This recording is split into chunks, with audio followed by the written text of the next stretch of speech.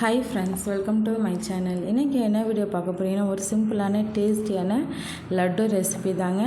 வாங்க இந்த ரெசிபி நான் எப்படி செஞ்சேன்னு பார்க்கலாம். நீங்கள் வீட்டில் வெள்ளை அவல் இருந்தால் கண்டிப்பாக இந்த ரெசிபியை ட்ரை பண்ணி பாருங்கள். ரொம்ப டேஸ்டியாக இருக்கும்.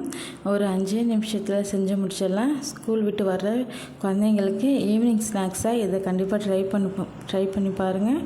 ரொம்ப டேஸ்டியாகவும் இருக்கும். வாங்க இதை எப்படி செய்கிறேன்னு பார்க்கலாம். அதுக்கு ஸ்டவ்வில் ஒரு கடாய் வச்சுக்கோங்க. கடாய் நல்லா காஞ்சதும் இதில் 1 ஸ்பூன் அளவுக்கு நெய் சேர்த்துக்கோங்க. நெய் நல்லா காஞ்சதும் இதில் நான் ஒரு 10 முந்திரி அளவுக்கு எடுத்து வச்சுருக்கேங்க. இப்போ அதையும் சேர்த்து நம்ம வறுத்துக்கலாங்க. முந்திரியோட கலர் லைட்டாக சேஞ்ச் ஆனோன்னே நம்ம எடுத்துடலாம்.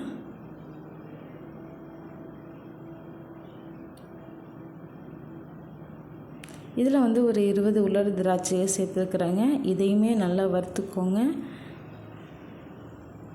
திராட்சை வறுபட்டதும் இதை இன்னொரு பாத்திரத்தில் நம்ம மாற்றிக்க போகிறோம். நான் இப்போ 1 கப் அளவுக்கு வெள்ளை அவல் எடுத்துருக்கேங்க. இதையும் அதில் சேர்த்துக்கிறேன்.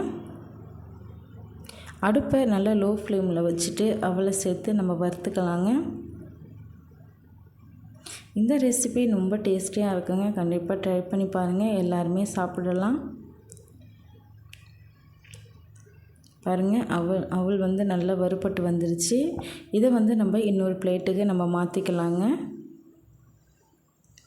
மாற்றி ஒரு 5 நிமிஷத்துக்கு நல்லா ஆற வச்சுருங்க. இப்போ அதே கடாயில் தேவையான அளவு கொஞ்சமாக தேங்காய் எடுத்துருக்கேன். ஒரு கைப்பிடி அளவுக்கு தேங்காய் எடுத்துருக்கேன். அதையுமே நல்லா வறுத்து எடுத்துக்கிறேங்க. லைட்டாக ஈரப்பதம் போனோடனே நம்ம இன்னொரு பிளேட்டில் மாற்றிக்கலாங்க. தேங்காய் நல்லா வறுபட்டுருச்சு. அதையுமே நான் மாற்றிக்கிறேன். இப்போ பாருங்கள், அவல் நல்லா ஆறிடுச்சு. இதை இன்னொரு மிக்ஸி ஜாரில் மாற்றிக்கலாம். மாற்றி மிக்ஸியில் கொஞ்சம் கொரப்பாக நல்லா அரைச்சி எடுத்துக்கோங்க.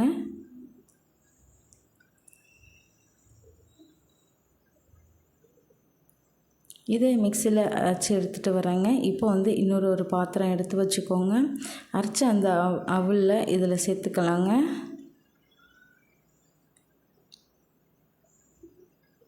பாருங்கள், நல்லா கொரப்பாக இருக்குது. ரொம்ப நைஸாக அரைக்கக்கூடாது. கொஞ்சம் கொரப்பாக நம்ம அரைச்சி எடுத்துக்கணும். இப்போ வறுத்து வச்சு இந்த தேங்காவை சேர்த்துக்கோங்க. நான் 1 கப்பு அவளுக்கு 1/4 கப்பு அளவுக்கு நாட்டு சர்க்கரை சேர்த்துக்கிறேன். உங்கள்கிட்ட நாட்டு சர்க்கரை இருந்தால் சேர்த்துக்கோங்க. இல்லைன்னா வெல்லத்தை லைட்டாக உருக்கிட்டு அதில் இந்த மாவை சேர்த்துக்கலாங்க. இப்போ அரைச்சாச்சு. இப்போ நாட்டு சர்க்கரை தேங்காவையும் அவலில் சேர்த்துக்கிறேங்க.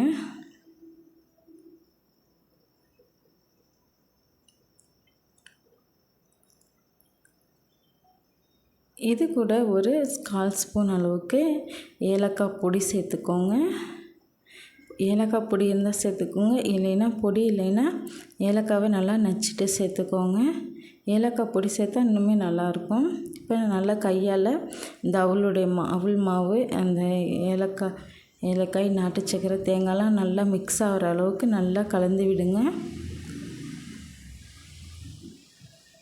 இப்போ நம்ம ஏற்கனவே வறுத்து வச்சுருக்கிற பாருங்கள், நல்லா கலந்து விட்டுட்டேன். நம்ம வறுத்து வச்சுருக்க திராட்சை முந்திரியை இதில் சேர்த்துக்கலாங்க. இதில் நீங்கள் வேர்க்கடலை பொட்டுக்கடலை கூட லைட்டாக வறுத்துட்டு அதை மிக்ஸியில் லைட்டாக அடித்து கூட சேர்த்துக்கலாம். இன்னுமே டேஸ்ட்டாக இருக்கும்.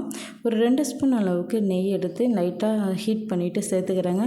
சூடோட நெய் சேர்த்து நீங்கள் உருண்டை பிடிக்கிறப்போ இன்னுமே நல்லா டேஸ்ட்டாக இருக்கும். நல்லா டைட்டாகவும் பிடிக்க வரும். இப்போ நெய் சேர்த்து இப்போ நல்லா டைட்டாக பிடிக்க ஆரம்பிச்சிருங்க உருண்டை.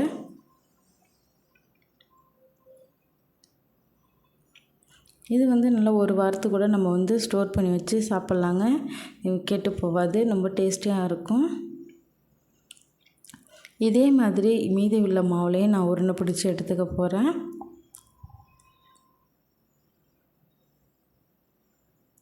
பாருங்கள், எல்லா மாவுலேயும் நான் லட்டு பிடிச்சி எடுத்து வச்சுருக்கேன். இந்த வீடியோ உங்களுக்கு பிடிச்சிருந்துச்சின்னா லைக் பண்ணுங்கள். மறக்காமல் என்னோடய சேனலை சப்ஸ்கிரைப் பண்ணிக்கோங்க. தேங்க்யூ ஃபார் வாட்சிங்.